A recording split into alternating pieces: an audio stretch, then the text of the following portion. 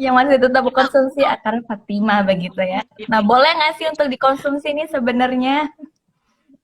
sebenarnya rumput Fatimah itu aman kalau dikonsumsi dengan dosis tertentu. Tapi masalahnya di sini kita nggak tahu tuh dalam satu akar rumput Fatimah yang udah jadi kayak gini sebelum berkembang seperti ini itu dosisnya berapa kita nggak tahu kan. Nah, Hmm. salahnya jadi gini, dalam rumput Fatimah itu mengandung zat yang dapat merangsang kontraksi yang disebut dengan oksitosin. Hmm. Jadi kita nggak tahu nih berapa dosis oksitosin yang. Iya, boleh sharing Om Tante. Oke, hai Mams. Assalamualaikum warahmatullahi wabarakatuh. Selamat datang untuk yang baru saja bergabung bersama Mamillennial.live. Hari ini kita akan ngobrol bareng bersama Bidan Aisyah, membahas tentang do and don't menjelang persalinan. Nanti kalau misalkan ada yang mau bertanya, silahkan untuk menuliskan pertanyaannya di kolom komentar yang ada di bawah. Sambil menunggu Bidan Aisyah bergabung bersama kita. Assalamualaikum warahmatullahi wabarakatuh. Waalaikumsalam. Apa kabarnya nih Bidan Aisyah hari ini? Terima kasih sudah mau bergabung ya bersama Millennial.live. Baik, sehat, tetap semangat. Oke, Bidan Aisyah ini adalah sahabat saya dan susah banget ngajakin dia bergabung ya untuk sharing. Oke, hari ini kita akan membahas tentang do and don't menjelang persalinan karena mungkin masih banyak ibu-ibu baru yang bingung apa sih yang harus dipersiapkan ketika akan menjalani persalinan dan apa yang boleh dan tidak boleh dilakukan ketika persalinan. Nah, sebenarnya kapan sih ibu itu perlu nih untuk datang ke rumah sakit ketika memang mungkin sudah ada tanda-tanda persalinannya? Beberapa tanda itu pertama kontraksi tentu aja. Jadi kontraksinya itu harus eh, intervalnya itu kurang lebih 10 menit itu 2 sampai 3 kali dan kenceng gitu. Terus pengeluaran darah lendir, terus air ketuban, terus biasanya itu yang paling awal adalah nyeri pada pinggang bagian bawah sama BAK yang terlalu sering mungkin ya, karena kepala bayi sudah turun ke Hmm. bawah. Itu aja sih tanda-tandanya. Tapi tanda pasti ya kontraksi sama pengeluaran air ketuban. Itu udah harus banget ke RS atau bidan terdekat gitu. Oke, baik. Nah, kemudian apa sih nih yang perlu dipersiapkan ketika ibu ini akan melahirkan? Terlebih lagi ini adalah masa pandemi gitu. Pertama, pasti ya tempat cari dokter yang bikin nyaman. Bidan yang bikin Hmm. nyaman, yang diajak kerja sama dengan baik, itu penting. Terus yang kedua itu cari rumah sakit yang nyaman buat kita karena kan kita butuh apa ya namanya support dari tenaga kesehatannya juga dari keluarga juga gitu. Terus yang ketiga itu tetap rumah sakit yang menjaga protokol kesehatan dengan baik. Lalu ibu tuh jangan terlalu banyak untuk misalnya habis megang apa gitu ngucek tangan ngucek mata terus megang muka itu kan juga nggak boleh terus tetap pakai masker terus persiapan mental penting banget persiapan mental keluarga dan ibunya sendiri itu penting karena keluarga juga harus mendukung ibunya sendiri buat mentalnya siap untuk melahirkan terus makan makanan yang bergizi terus olahraga ringan ya kayak jalan kaki atau apa namanya tuh sekarang bola persalinan tahu kayak apa sih Oh, itu jimbol gitu. ya jimbol kayak Hmm. gitu itu kan bisa memperkuat otot panggul jadi bisa membantu persalinan dengan lancar gitu kurang Nah, lebih pasti sih. ketika persalinannya ada ibu itu yang bertanya, sebenarnya pembukaan itu sampai berapa sih dan berapa lama yang waktu yang dibutuhkan gitu untuk seorang ibu sampai anaknya lahir gitu. Pasti kan ibu-ibu banyak yang bertanya tuh. Gimana nih? Kalau pembukaan tuh dia 1 sampai 10 ya gitu. Jadi ada Hmm. namanya fase laten dan fase aktif. Jadi di mana fase laten itu pembukaan 1 sampai 4, fase aktif itu 4 sampai 10. Itu akan diperiksa sama bidannya itu kurang lebih 4 jam sekali. Nah, kalau misal dia anak pertama nih, nah anak pertama tuh teorinya begini, dia dari pembukaan satu ke pembukaan lainnya itu butuh waktu 4 jam. Tapi itu juga tergantung kontraksi ya. Kalau kontraksinya bagus, Hmm. dia bisa maju. Tapi kalau misalnya anak kedua, ketiga, dan seterusnya, itu biasanya lebih cenderung cepat gitu. Jadi pembukaan satu ke yang lainnya itu cuma butuh waktu 2 jam pada teorinya, tapi juga kembali lagi tergantung kontraksi gitu. Jadi dia tuh kalau kontraksinya makin kuat, makin sering, berarti makin cepet nih pembukaannya kayak gitu. Tapi juga tergantung nanti kembali lagi ke ibunya gimana gitu kan. Oke, jadi memang tidak bisa disamakan ya, Mams ya. Ada ibu yang mungkin mengalami kontraksinya bagus sehingga persalinannya cepat. Ada juga mungkin ibu yang kontraksinya jarang atau tidak teratur sehingga persalinannya bisa cenderung lebih lama begitu. Dan juga kembali lagi kita akan melihat apakah itu anak pertama, anak kedua atau dan seterusnya sehingga itu menjadi pembeda. Kenapa sih ibu-ibu kok persalinannya lamanya nggak sama gitu ya? Karena kembali lagi setiap ibu itu adalah pribadi yang unik. Siap lahir normal nyampainya ke situ. Jadi pembukaan itu kan ada 10 ya. Pembukaan itu ada 10. Jadi dibagi dalam 2 tahap. Pertamanya fase laten itu pembukaan 1 sampai 4, terus fase aktif itu pembukaan 4 sampai 10. Nah, pada teorinya kalau misalnya dia itu anak pertama itu pembukaan 1 sampai 4 itu bisa kurang lebih 6 sampai 8 jam, kurang lebih gitu.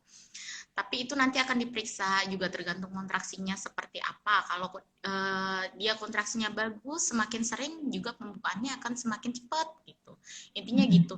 Kembali lagi ke ibunya, harap sabar, terus mentalnya ditata lagi gitu kan, semangatnya di support lagi gitu. Makanya kita sarankan buat cari bidan dan dokter yang nyaman yang bisa bikin kita aman, nyaman, tenang, dan ngerasa fine-fine aja gitu.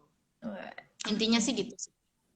Oke, nah biasanya ibu hamil ini kan inginnya tuh bersalin secara normal. Tapi apa sih faktor penentu seorang ibu itu bisa bersalin secara normal gitu? Oke.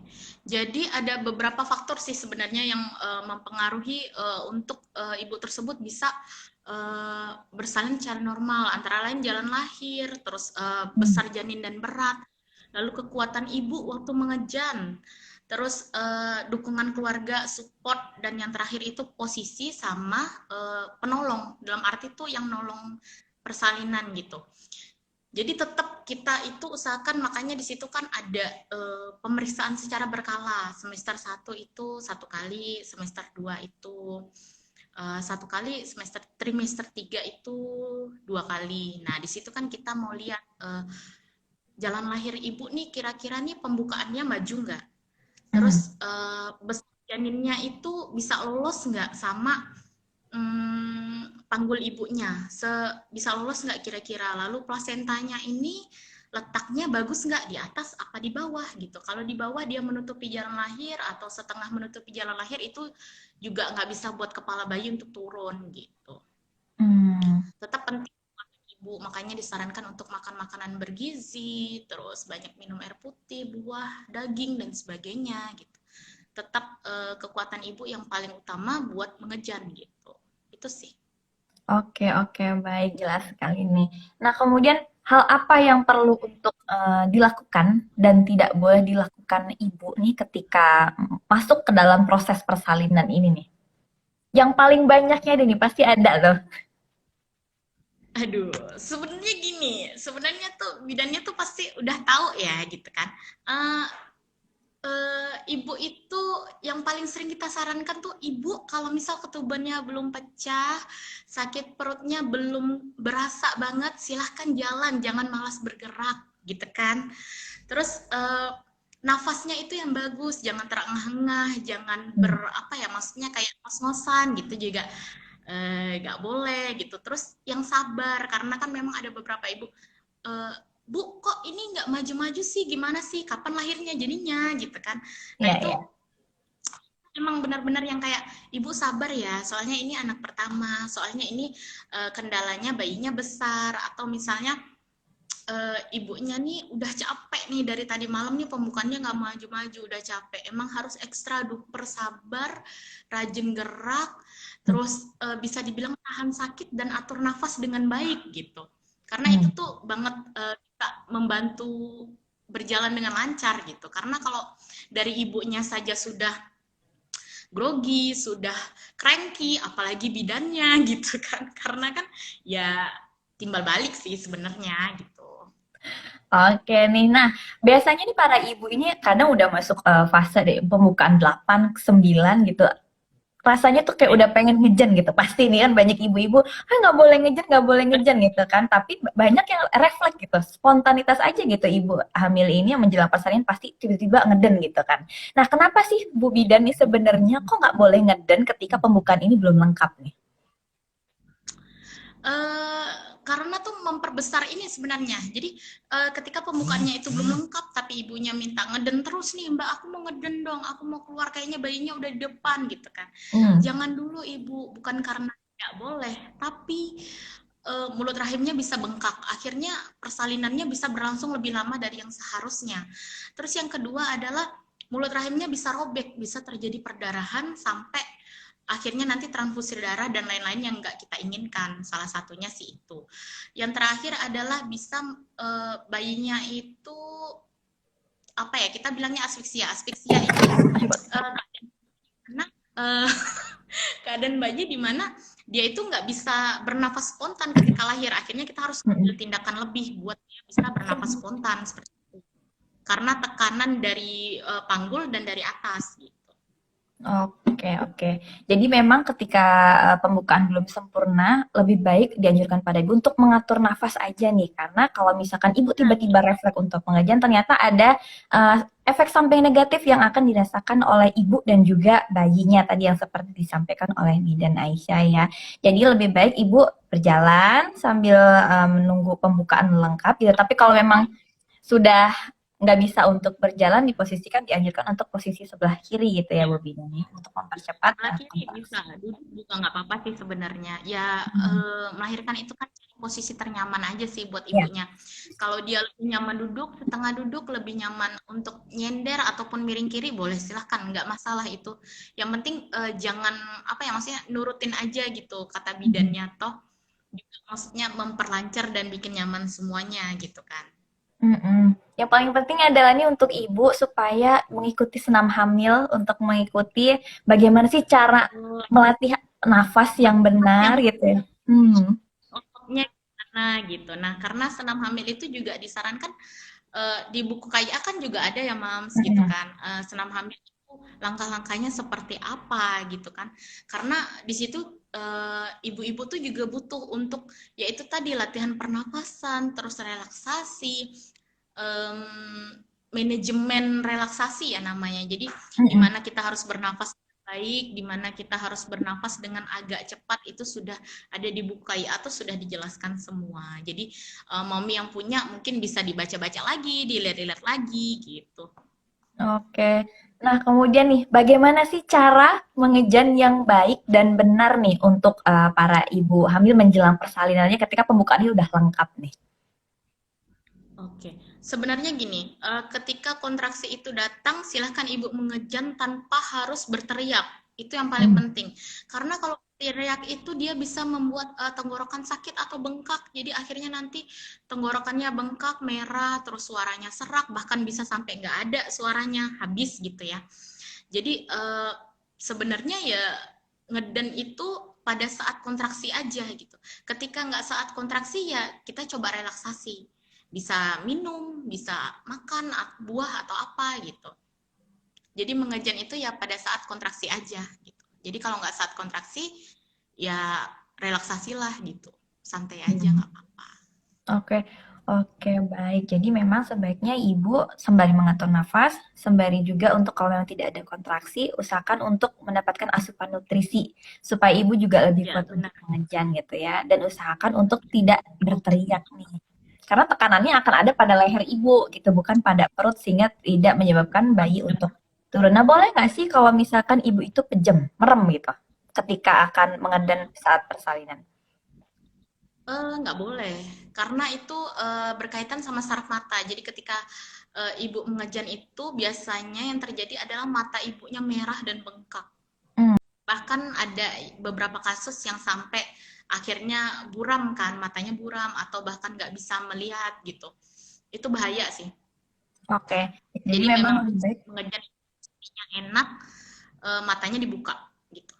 sambil melihat ke arah jalan lahir tentunya ya, Mams. Jadi sebaiknya itu posisikan pertama kali itu adalah memposisikan badan ibu lebih nyamannya entah posisi tiduran atau semi tiduran atau jongkok juga boleh aja gitu ketika ibu akan menjelang persalinan seperti itu. Kemudian usahakan untuk tidak berteriak karena ketika ibu mengedan di teriak di tenggorokan maka tidak akan terjadi penurunan gitu. Mungkin akan lebih lama dibanding efeknya gitu ya dibanding ketika ibu mengejan dengan benar sehingga menekan pada bagian perutnya dan terjadi persalinan dan usahakan untuk membuka mata gitu ya.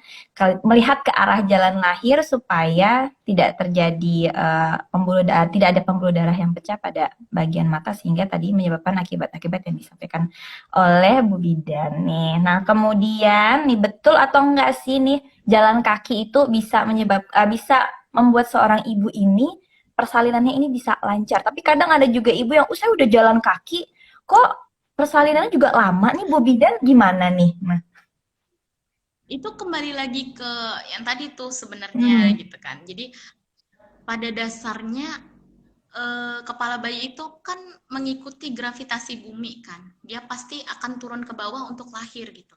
Jadi ketika kita banyak gerak, otomatis kepala bayi akan turun. Kalau pada dia anak pertama itu akhir kehamilan dia akan turun.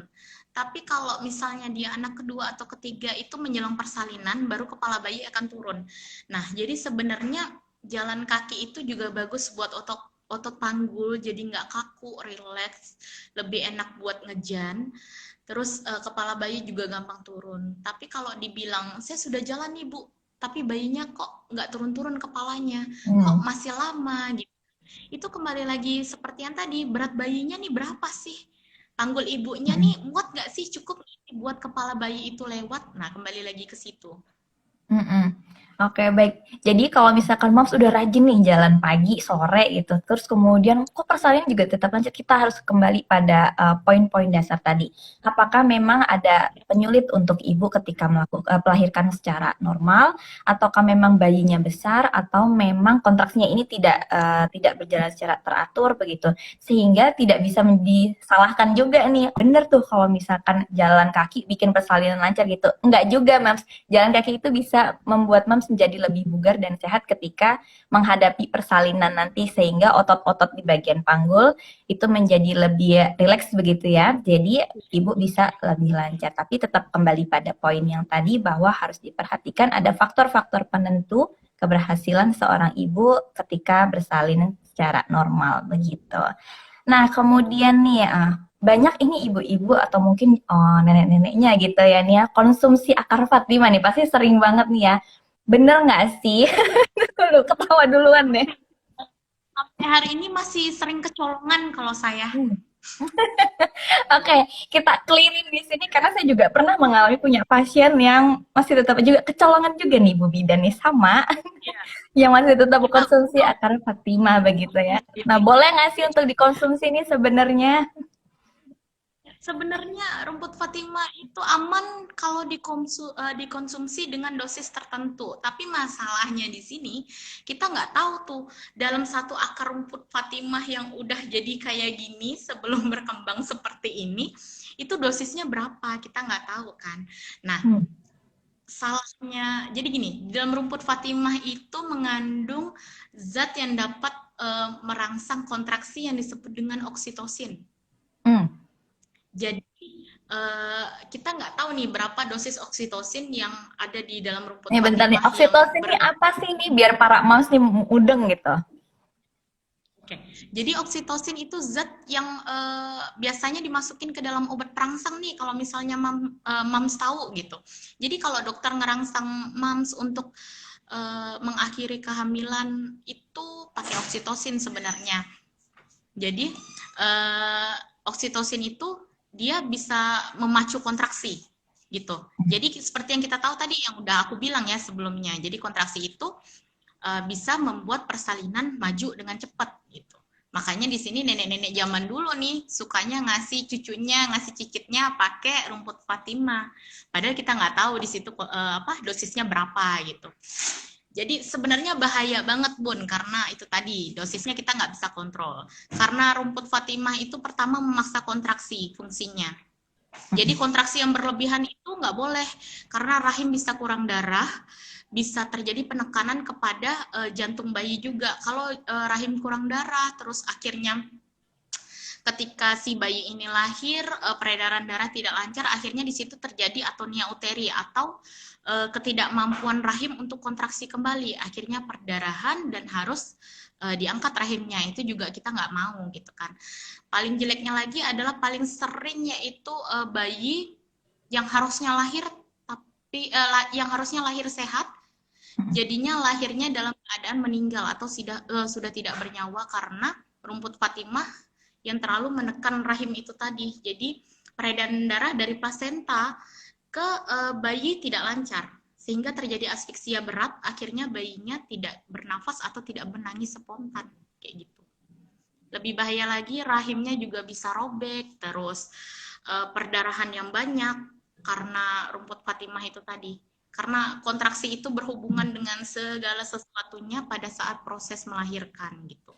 Oke, jadi memang dari tim medis sendiri sebenarnya ini tidak dianjurkan sama sekali untuk mengkonsumsi rumput Fatimah atau akar Fatimah ini secara sembarangan, dan sebaiknya dihindari dan memang mengikuti dari anjuran dokter saja atau bidannya begitu. Oke, nih kemudian apa sih tips melahirkan nyaman dan lancar, atau mungkin supaya saya pengen lahirannya nggak sakit nih Bu Bidan, gimana nih? Sebenarnya tuh kita punya metode ya, antara lainnya tuh ada hypnobreathing kalau tahu gitu. Tapi masih jarang bidan yang melakukan hypnobreathing. Jadi kita tuh dihipnotis Betul. nih biar dong dikasih musik, dikasih mindset yang bagus dari bidannya biar nggak sakit kok, lahiran itu rasanya tuh nggak sakit, jalani aja seperti alami bla bla bla. Atau ada metode lahiran dengan tiup-tiup aja. Bingung nggak?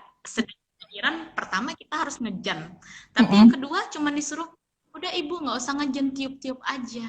Pada dasarnya Ini yang cara lagi niupnya itu yang berbeda ngetren ya gitu. nih. Ini lagi happening ya. Iya, ini gimana nih? Jadi niupnya itu yang beda. Kalau misalnya kita relaksasi pada saat melahirkan, mungkin niupnya hanya itu nggak ada tekanannya. Jadi pada logikanya kepala bayi juga nggak akan turun. Tapi kalau niupnya dengan tekanan seperti itu, secara kepala bayi akan turun sedikit demi sedikit, akhirnya juga sama dengan tekanan ketika kita mengejan. Gitu. Jadi cuman merubah mindset aja sih sebenarnya gitu. Intinya sama-sama mengejan tapi dengan metode tiup-tiup gitu. Intinya ya udah, ayo ibu tiup-tiup aja, jangan mengejan, jadi tidak menghabiskan tenaga terlalu banyak. Tapi tekanan dalam mengejannya itu yang kita butuh untuk kepala bayi tetap turun ke dasar panggul gitu. Oke, berarti memang tadi yang disampaikan memang butuh sekali ini ibu itu mental yang harus disiapkan, karena mental ini ketika ibu menjadi positif, afirmasi positifnya masuk, ibu juga akan lebih mudah untuk mengontrol diri, memberdayakan diri ketika menjelang persalinan. Jadi mungkin kalau misal metode tiup-tiup daripada ibu teriak-teriak gitu, kadang kan sebagai seorang ibu yang bersalin gitu ya, energi itu nggak bisa untuk menahan rasa sakit, sehingga mungkin terlalu untuk berteriak gitu ya, terlalu kenceng, agak susah untuk mengontrol diri. Jadi lebih baik untuk tiup-tiup seperti tadi yang disampaikan itu sambil sembari mengejan gitu ya. Makanya kan tetap disarankan untuk senam hamil dan manajemen relaksasi biar ibunya tuh lebih aman dalam bersalin gitu. Terus dukungan keluarga juga penting sih. Jadi jangan ada, kalau misalnya keluarga kita nih lagi pengen lahiran, terus kita ngomong, kok lama banget sih lahirannya, kok nggak lahir-lahir sih, kenapa sih? Nah itu juga bikin bisa stres bikin ibu ya. Bener, jadi tuh lebih mendingan kita tuh ya, ayo deh kalau misalnya keluarganya lagi sakit, udah nggak usah dihiraukan sakitnya, ayo kita ngobrol, ayo kita nonton, ayo kita nyanyi, ayo kita nari gitu kan, ayo kita joget biar lebih enak. Jadi mental ibu bersalin nih lebih bagus, lebih siap menghadapi persalinan dengan nyaman kayak gitu. Jadi penting banget dukungan atau support keluarga dan orang sekitar tuh penting. Oke. Nah, kalau misalkan ada ibu yang, aduh saya udah nggak sempet nih, saya udah banyak dengan pekerjaan rumah, saya nggak sempet buat jalan kaki itu. Ada nggak sih cara lain supaya saya tetap bugar dan sehat ketika menjelang persalinan? Oke, sebenarnya kalau kita lebih sering menyarankan kayak gini nih, ketika ibunya sibuk, ibu rumah tangga gitu, nggak sempat jalan atau gimana, ya udah cukup melakukan pekerjaan rumah saja, Hmm, nyapu, ngepel, beberes itu juga bergerak kan, jadi badan kita tuh juga ototnya rileks gitu, itu udah cukup kok buat ibu-ibu yang sibuk nih, yang katanya tadi nggak sempat buat jalan-jalan gitu. Atau kalau misalnya mam suka belanja, ya udah nge mall aja, kelilingin mall nggak apa-apa, sambil belanja ya. seneng ya, hati senang gitu. Oke, pada intinya berarti kuncinya adalah usahakan untuk bergerak Mams itu. Karena dengan bergerak itu akan menjaga kebugaran jasmani untuk ibu untuk persiapan ketika persalinan gitu. Terserah Mams mau berenang juga mungkin kalau misalkan suka berenang boleh gitu. Nggak harus dengan jalan kaki gitu kan. Lakukan apapun aktivitas fisik yang penting bisa menjaga kebugaran tubuh Mams sendiri begitu ya. Oke nih, Bener. oh, tidak ada pertanyaan, sepertinya sudah jelas semuanya ya. Oke, ada nggak sih nih Bu Bidan tips untuk para Udah pengalaman ini. para bumil yang menjelang persalinannya apa aja? Tips ya sedikit Hmm, pesan-pesan gitu. Ya mungkin sering banget oke. nih, di ibu-ibu gitu kan hype banget. Wah kayaknya ibu kalau misalkan ibu mau persalinan sebaiknya begini-begini gitu. Oke. Sebenarnya sih yang paling penting adalah tuh yang tadi, kembali ke tadi. Kembali ke ibu tuh harus cari orang yang dipercaya dalam arti bidan dan dokter yang buat nyaman, lalu Hmm. ke RS atau rumah sakit atau klinik atau bidan praktek swasta yang tempatnya nyaman, misalnya ada tamannya atau ada kolam renangnya seperti tadi gitu kan. Jadi sambil menunggu persalinan bisa sambil nyantai, bisa sambil nge-live IG misalnya karena tamannya bagus gitu kan. Bisa aja gitu.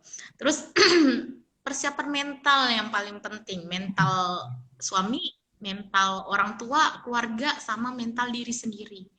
Jadi tuh banyak baca-baca apa aja sih tanda-tanda persalinan, apa aja sih yang harus disiapkan dalam persalinan, entah itu baju bayi, entah itu pakaian ibunya, atau apa ya, maksudnya ibunya tuh harus menyiapkan mentalnya seperti apa, atur pernafasan, terus kalau misalnya bisa jalan-jalan, bersepeda, berenang kayak tadi, ya tetap Mm-mm. kembali ke situ sih. Tetap mencari kenyamanan itu nomor satu. Oke, sip banget nih. Nah, oke, jadi berarti memang kesiapan mental yang paling utama dan cari dukungan serta support karena itu yang paling penting ketika akan bersalin gitu ya. Entah itu kalau misal suaminya nggak ada ya mungkin bisa lagi dinas luar kota gitu sama orang tuanya gitu kan bisa atau mungkin sama saudaranya bisa menemani dan memberikan support. Kemudian jangan lupa untuk persiapan seperti baju-baju bayi tadi gitu kan. Jadi semuanya sudah terprepare jadi ibu juga pikirannya udah nggak kemana-mana lagi gitu ya ketika menjalani persalinan sudah fokus terhadap masa-masa persalinannya itu sehingga semuanya sudah bisa berjalan dengan lancar mudah-mudahan nih.